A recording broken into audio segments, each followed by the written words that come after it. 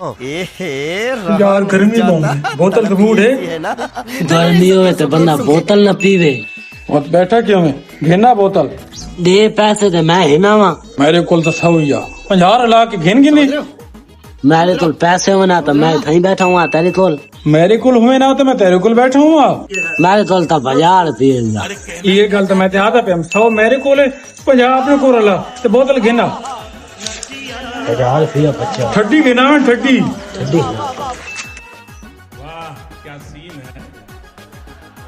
गर्मी ते मर गया पता नहीं बिल्ली नहीं आंदा पिया मैं लगता को ना आसी दिहाड़ी लग गई उसदी 150 रुपया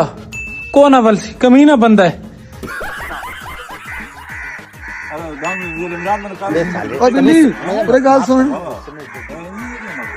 कितने मैं पे आओ बोतल ही दीवाना बोतल कह दी कितने की मैंने मन तडास अपनी है मैं ते मीरू बैठे हो मीरू हाँ तो पीवनी है बोतल तने एक सीधी गल करा आज सोना बहुत जावत मैं आधा कमाल अदर मन 2 बंदे आते हैं फदर तू सोना थी आता है अदर मन अम्मा दिया ही यानी तू सोना है कि आज तू मन आता पे सोना है हुण अपना काम पावा लंबा न करे इस गाटे पे वैसे लियो वद्दे रामन सोने तेरे नाल दा सोना आज ते मैंने दी हकीकत है कूड़ ना बनी दा पे अच्छा मैं सच्ची तो सोना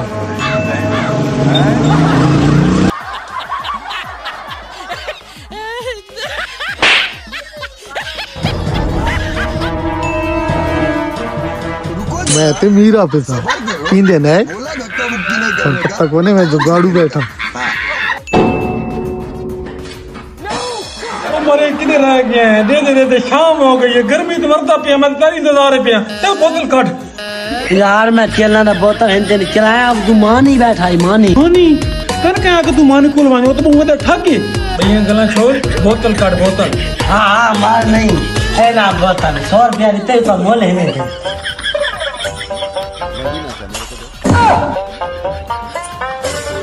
मतलब बोतल आखी बोतल तो बच्चे नहीं आख्या उस्ताद मान नहीं पता बोतल छोटी क्यों होती है बोतल बच्चा देता है मैंने पता मानी तेरी तारीफ की थी उसी तन क्यों ना ला गया मानी ते मानी का काम है चलो जेड़ी ये पी देता कोई ना कोई गर्मी तो खत्म थी सी